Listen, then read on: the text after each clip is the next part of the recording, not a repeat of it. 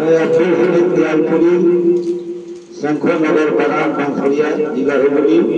अलविदा स्कूल पास से झूठ बोलकर एक गाना समाप्त करता हूँ।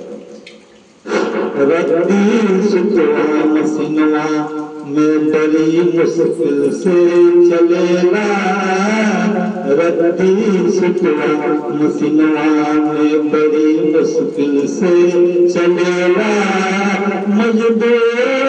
के दर्द के बुझेला, रत्ती सुतवा मसीनवा में बड़ी मुश्किल से चलेला, खुनवा जरेला पसनवा बहेला, मजदूर के दर्द के बुझेला, रत्ती सुतवा मसीनवा में बड़ी मुश्किल से चलेला, तक सुन देर से भी मुजरिम के पेट न भरेला, सरवा नट्टी पे चढ़ल रहेला, सरवा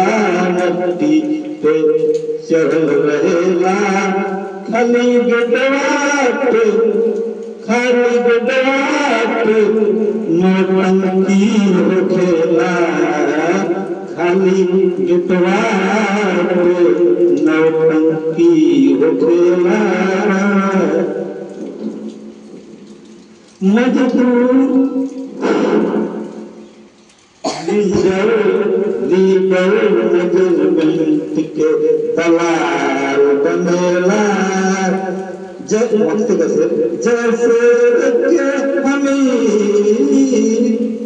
जैसे के हमीद बन में, जैसे के हमीद बन में सियरवा भोखेला,